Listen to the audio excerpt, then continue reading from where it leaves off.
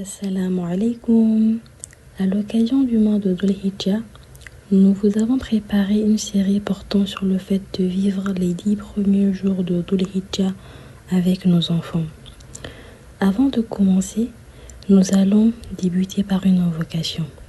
Rabbi shrah li sadri wa yassir li amri wa hlul uqdatan min lisani yafqahu qawli. Alors, les 10 premiers jours de Dhul Hijjah sont parmi les plus bénis de l'année dans l'islam.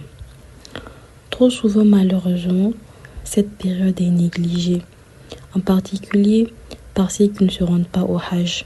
Pourtant, c'est une occasion en or d'enseigner à nos enfants la beauté de l'adoration et l'importance du sacrifice.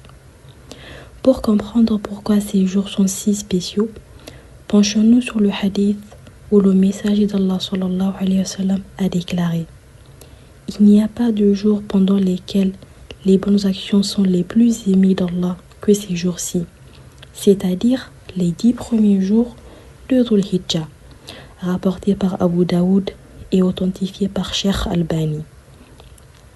C'est l'occasion idéale d'expliquer à nos enfants que la grandeur ne réside pas toujours dans l'apparence extérieure, mais dans les intentions et les efforts sincères.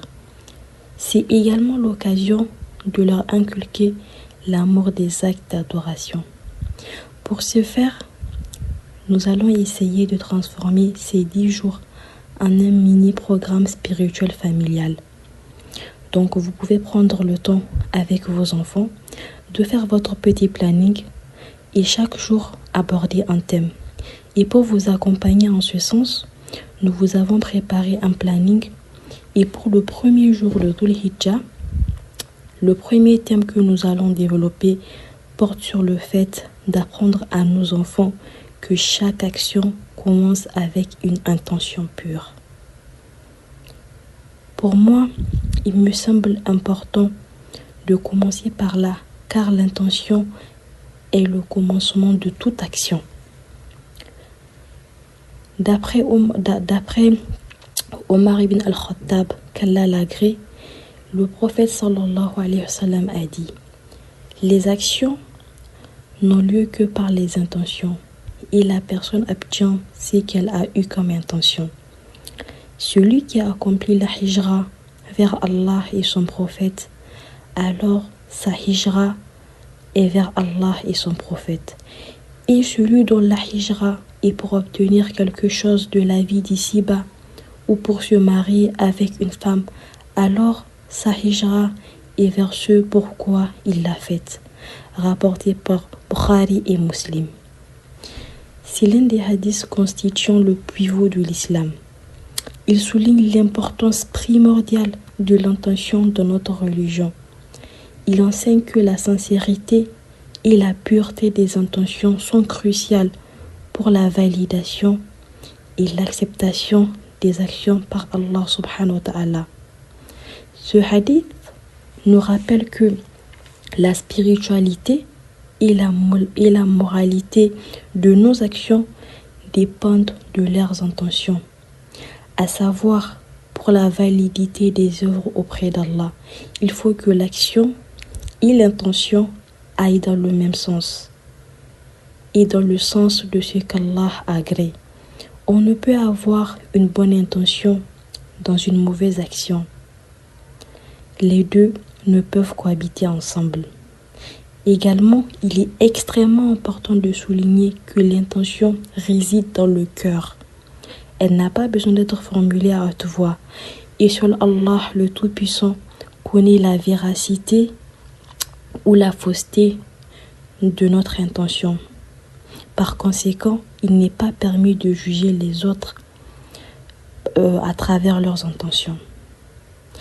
Alors, concrètement, pour aborder ce sujet de l'intention avec votre enfant, vous pouvez le faire autour d'une activité qui peut se dérouler comme suit.